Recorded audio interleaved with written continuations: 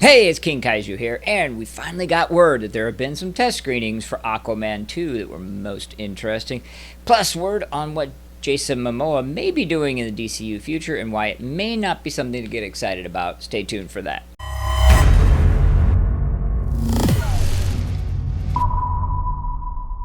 So a couple of Twitter users, Big Screen Leaks and film critic Jeff Schneider, had a little exchange, very brief but very enlightening, where basically Big Screen Leaks revealed that they've been holding off with some information, but because it had finally leaked, they were free to speak. And then Schneider followed up with a comment that leads into our final analysis. But first, let's take a look and see what Big Screen Leaks had to say about the test screenings. So the first tweet says, "There's a reason I've been avoiding any questions about Aquaman and the Lost Kingdom, but since @viewer_anon put it out there, it brings me no joy to back him up and tell you that test screenings for this film have not been good. Really hoping Juan fixes this movie before December." He then went on to state, "I heard that something that almost never happened in test screenings happened with this movie. They're really going to need to fix this one and fix it fast." Now these are a little bit vague, and we can only sort of speculate as to what the thing that almost never happened at screenings happened here, although I do know one of the things that almost never happens at test screening is people walking out. Not to say that that's what happened, but from these two tweets, it's very clear that the test screenings did not go well, and as such, they're going to have to make some major fixes, or not. Studios with test screenings, generally speaking, at least in the past, the tweaks have been minor. A joke didn't go over the way they thought, or in rare cases, something about the ending, not maybe the entire ending, but maybe something about the ending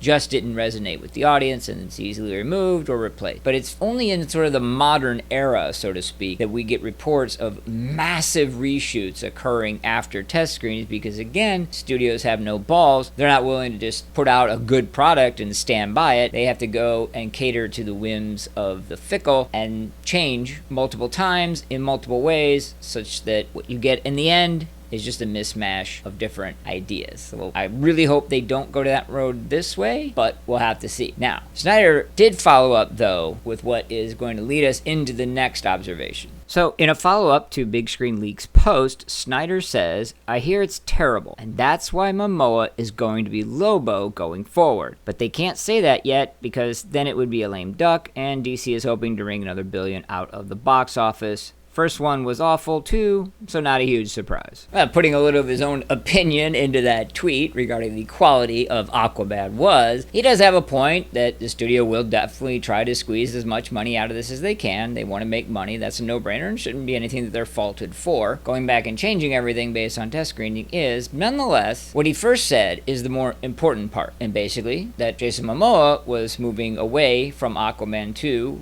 after this, due to how terrible it is, in order to play Lobo. Now, Lobo has been a sort of fan casting for Jason Mamoa due to his sort of very close-ish look to the character in the comic book, or at least I should point out the traditional representation of the character for its first 20 years of existence. After that, of course, got changed into a woman, but we won't get into that. What we'll just say is the classic Lobo that we all know and love has a striking resemblance to Jason Mamoa, or, the other way. The long hair, the facial hair, the muscles, everything else. The problem, why it is not something to be excited about, is that Lobo not only is, but was created to be an uber extreme, almost comical representation of manhood, of manliness. Now, because it was in the comic book and handled by deft writers, he never swayed too far into the realm of parody. And even though he was hyper-masculine, he could be taken seriously, and he could still lose, be defeated, everything else, and still come off as being a masculine man. In today's environment, with all the BS that's going on, I can't imagine a movie being greenlit with a masculine male at a major studio.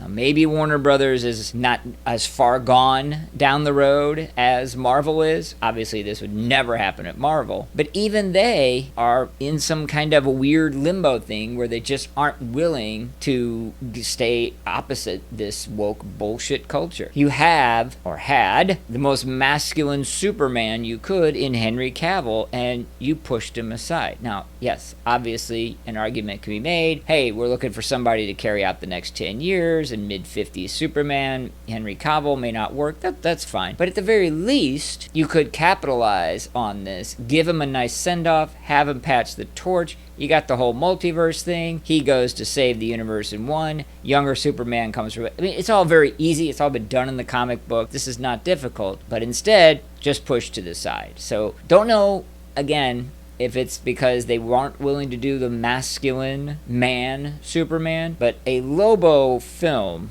can't be anything but that. And I'm not convinced that DC is willing to do that. But I could be wrong. This is merely my opinion. What is yours? Let's talk about it. Obey your king. Subscribe to the channel and click the notification icon.